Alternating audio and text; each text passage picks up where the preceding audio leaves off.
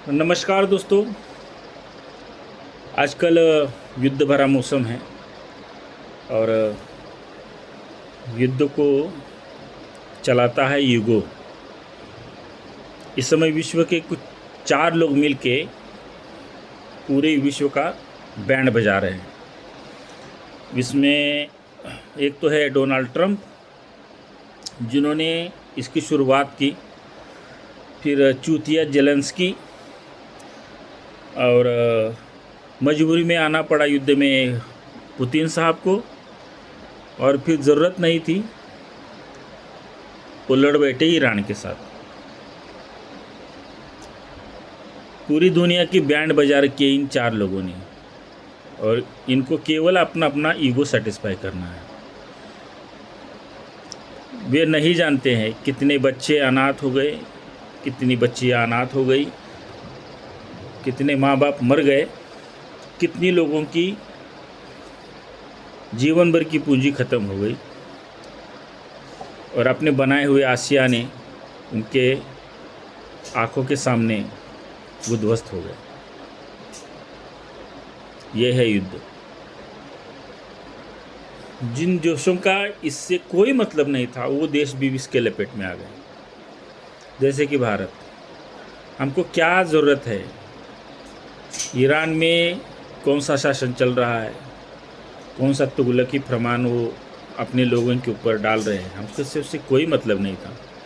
लेकिन आज हमारे वहाँ देख लीजिए, महंगाई बढ़ रही है, पेट्रोल डीजल महंगा हो रहा है, सोना चांदी हम खरीद नहीं सकते, खरीदना भी नहीं चाहिए, और आम इस्तेमाल में होने वाली चीज़ें की कीमतें बढ़ रही हैं।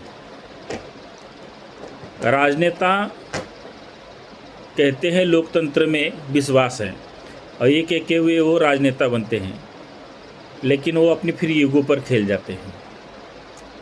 आजकल का जो भी चल रहा है मामला, ये युद्ध वाला, ये सब ईगो पर चल रहा है, और देश परेशान है, विश्व परेशान है।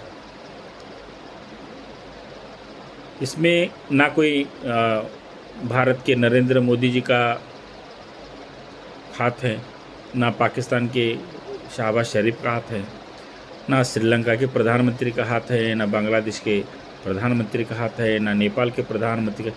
विश्व के किसी भी इन 4 चूतियों को छोड़ के बाकी किसी भी लोगों का कोई हाथ नहीं है, लेकिन फिर भी वो झेल रहे हैं। और वो नहीं झेल रहे, उनकी जनता झेल रही है।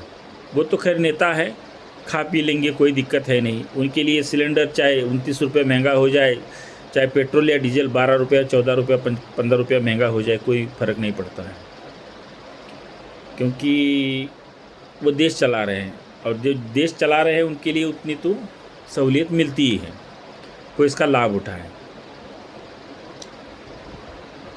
ये ख़त्म कैसे होगा? ये ख़त्म होने वाला युद्ध नहीं है।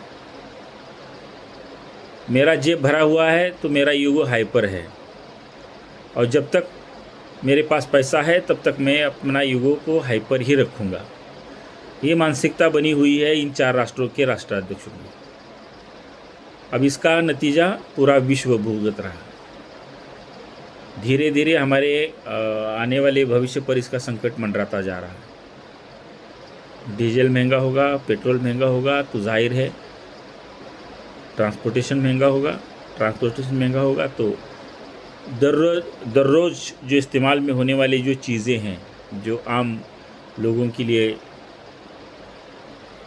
वो सब महंगी होती जाएंगी। आटा महंगा होगा, तेल महंगा होगा, खाने पीने का सामान महंगा होता होगा, मेडिसिन महंगी होती होगी, इलाज महंगा होगा। लेकिन क्या हम इसके जिम्मेदार हैं? हम नहीं हैं जिम्मेदार। भारत शुरू से कहता आया है किसी भी समस्या का हल युद्ध नहीं है, बातचीत है। लेकिन यहाँ कोई अपनी बातचीत करने के लिए तैयार ही नहीं है। ये सब लोग अपना अपना ईगो सेटिस्फाई करने में लगे हुए हैं,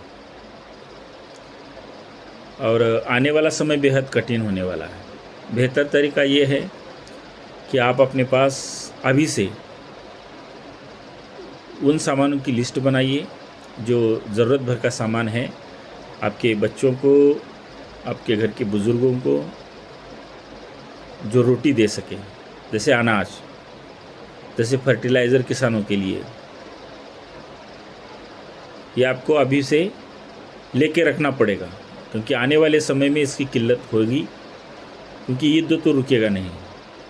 डोनाल्ड ट्रंप जैसे चूतिया लोग सवेरे पता नहीं किस मूड में उड़ जाते हैं और वो पूरे देश का, पूरे विश्व का मूड बदल देते हैं। वे जानते ही नहीं हैं कि हर दिन कमा के खाना क्या होता है। किसी देश में, किसी खंडर में बच्चा अपने माँ बाप के बगैर रो रहा होगा, कोई माता, कोई पिता अपने बच्चों के बगैर रो रहा होगा। इसकी उनको कीमत है नहीं। विश्व हमेशा युद्ध के समय में संकट में ही आता है और विध्वंसशील आता है। वैसे एक चीज़ और याद आ गई कि हमारे देश के विपक्ष के सुपुत्र राजकुमार साहब ने कहा था कि भारत मेक इन इंडिया में कभी नहीं सफल हो सकता। तो मैं आपको एक और इस दुख भरी समय में खुशी की बात ये बता दूं कि C295 ये कैरियर विमान भारत ने बना लिया है प्राइवेट कंपनी की मदद से। और अब हम विदेश से जो भी प्राइवेट कैरियर जो सेना के लिए हमारे या फिर डिज़ास्टर मैनेजमेंट में इसके लिए इस्तेमाल जो करते थे, वे अब हम भारत में बनाएंगे। उसमें से हमको 85 विमान की ज़रूरत है, उसमें से 40 विमान भारत में बनाए जाएंगे और बाकी बचे हुए विमान हमारा जो सपोर्टिंग कंट्री है उनमें बनाए जाएंगे। ये है मेक इन इंडिया की ताकत। वैसे ईश्वर से प्रार्थना कीजिए कि जल्दी ये संकट ख़त्म हो, और संकट ख़त्म होने के बाद भी कम से कम हमको साल भर तो ये झेलना ही पड़ेगा, क्योंकि हम ऊर्जा के लिए दूसरे देशों पर निर्भर हैं। बेहतर तरीका है कि इसका इस्तेमाल कम करिए, ईंधन का इस्तेमाल कम करिए, और अभी से पेटी पैक कर लीजिएगा कि आने वाले समय में कम से कम हमको अपने घर में अपने परिवार के लिए खाने पीने का सामान बना रहे। धन्यवाद। Good night. Thank you.